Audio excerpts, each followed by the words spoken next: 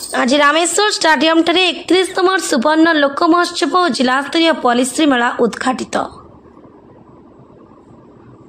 आज माँ सुरेश्वरी को आवाहन पूर्वक रॉयल पड़िया ठारू सुवर्णपुर जिलार समस्त ब्लॉक आसथिबा सांस्कृतिक परिषदर कलाकारों सह मशाल शोभायात्रा रे बाहरी रामेश्वर स्टाडियम रे पहुंची मंच पूजन होइतिला। संध्यार राज्य स्तरीय पॉलिसी मेला और सांस्कृतिक कार्यक्रम को ओडिशा सरकार मान्यवर उपमुख्यमंत्री कनक वर्धन सिंह देव संध्यारे उद्घाटन करथिले और पॉलिसी मेला परिदर्शन करथिले। मान्यवर उपमुख्यमंत्री मुख्य अतिथि खाद्य जोगाण मंत्री कृष्ण चंद्र पात्र, मान्यवर वीर महाराजपुर विधायक रघुनाथ जगदला, सुवर्णपुर जिलापाल अन्या दास मंचासीन थिले।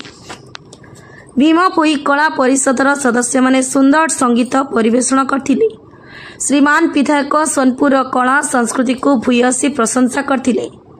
मान्यवर जोगाण मंत्री ओडिशा रे बहुल मात्रा आलू चाष उपरे ओडिशा सरकार गुरुत्वारोप करिबे बोली अभिभाषण रखिथिले।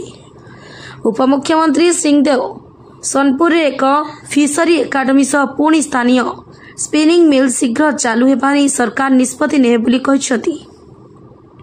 सर्वप्रथम सुवर्णपुर जिलार समस्त नागरिक मान को 2025 अंग्रेजी नवा वर्षर मोर अभिनंदन ज्ञापन करने चाहे एवं धन्यवाद देवाई चाहे।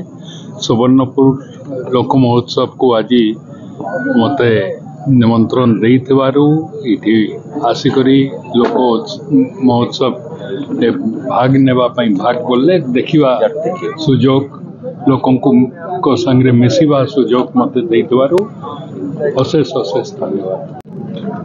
सुवर्णपुर लोक महोत्सव ये को देखी मत बहुत खुशी लगुच कारण फास्ट टाइम मो जीवन में मु आसिक महोत्सव सामिल हेली।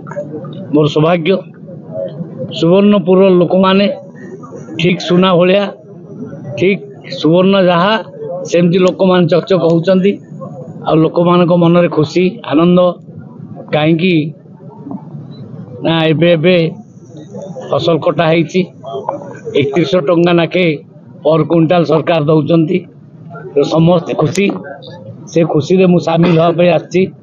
समस्त बहुत बहुत धन्यवाद। रामेश्वर स्टाडियम फकीर मोहन पट्टनायक रंगमंच अनुष्ठित होउची। एठी आमर ओडिशार अस्मिता जेनटा कि पश्चिम ओडिशार कला साहित्य लोक नृत्य गीत सबुर परिदर्शन होगा और बछा बछा कलाकार माने पूरा ओडिशारू आसीचन। तो मुई समस्त को निवेदन करुँ सुवर्णपुर जिलार समस्त लोक मान को एवं आखपाख जिलार आपण मैंने आसुन एटा आज 6 तारिख नहीं 10 तारिख तक महोत्सव चलवा।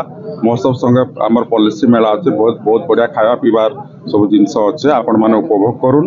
आम सुवर्णपुर लोक महोत्सव के जमी ओडिशार प्रथम लोक महोत्सव करमा से आपण मान सहयोग और आशीर्वाद बहुत दरकार। समस्त को मोर निमंत्रण आपण मैंने आसिक उपभोग करुन।